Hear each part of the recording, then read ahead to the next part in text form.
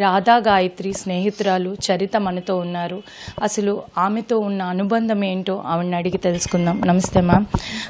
రాధా గాయత్రి మీతో ఏ విధంగా ఉండేవారు? శ్రీచరణ్ గురించి ఎలాంటి విషయాలు మీతో పంచుకున్నారు? రాధా గాయత్రి నాకు చాలా స్నేహంగా ఉండేదండి. మాది 10 ఏళ్ల స్నేహం చెప్పాలంటే. అయితే గత మార్చి తర్వాత నుంచి తను ఢిల్లీ షిఫ్ట్ అయినప్పటి నుంచి ఫ్రెండ్స్ తోటి తను తగ్గించేసింది మాట్లాడడం చెప్పాలంటే.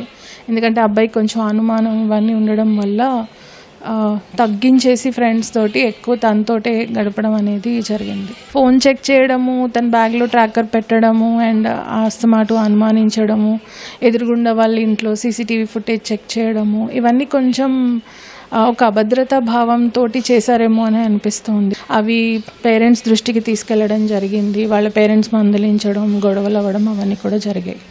ఆమె ఎలాంటి విషయాలు వారి పిన్నితో పంచుకున్నారు అనేవి తెలుసుకుందాం. నమస్తే మ్యామ్.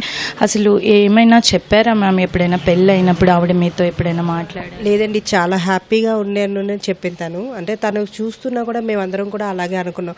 అసలు ఇలాంటి రోజు వస్తుందని అనుకోలేదు. మేమందరం ఏమనుకున్నాం అంటే తను ఏదైనా మంచి విషయం, గుడ్ న్యూస్ చెప్తుంది, అలాగే వెళ్ళాలి వాళ్ళ ఇంటికి అనుకున్నాం తప్ప ఇలాంటి పొజిషన్లో ఇక్కడికి వస్తామని అనుకోలేదు.